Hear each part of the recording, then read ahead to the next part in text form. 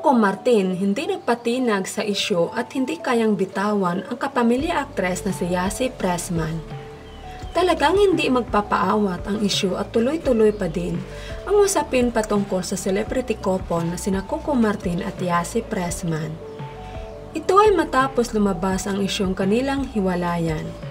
Well, kung matatandaan, maraming sweet moments, mapa-on-cam or off-cam man na pinagsamahan ang dalawa. Magmulan ay tambal ito sa aktor-direktor na si Coco Martin. Marami din ang nagbigay ng kanilang opinyon upang kumpirmahin kung ano ang totoong namagitan sa dalawa. Maging mataong malalapit sa kanila o mga katrabaho manila ay alam ang buong katotohanan tungkol sa kanilang totoong relasyon. Sa kabilang banda hanggang ngayon ay nagpapalitan pa din na opinyon ang magkabilang panig sa kadahilanan na patuloy pa din inuugnay ang dating kasintahan na aktor na si Julia Montes.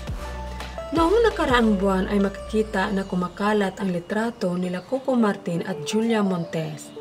Kaya naging palaisipan pa rin ito pagdating sa Kukuyas fans. Matapos wala pa rin konfirmasyon na nanggagaling sa aktor tungkol sa totoong namagitan sa kanila.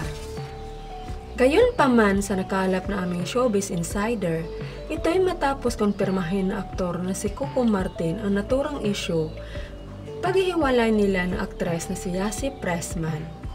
Sabi ng aktor noon pa man ay naging issue na yan pero wala naman akong magagawa kung sa tingin ng karamihan ay ganon. Dagdag pa ng aktor, basta ang importante alam namin sa sarili namin kung ano ang totoo.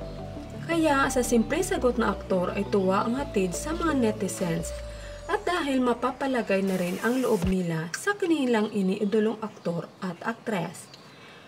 Sa ngayon ay parehong busy ang dalawa sa kani-kanilang mga project at sa parating na balik-tambalan movie nilang dalawa na aktres na si Yasi Pressman.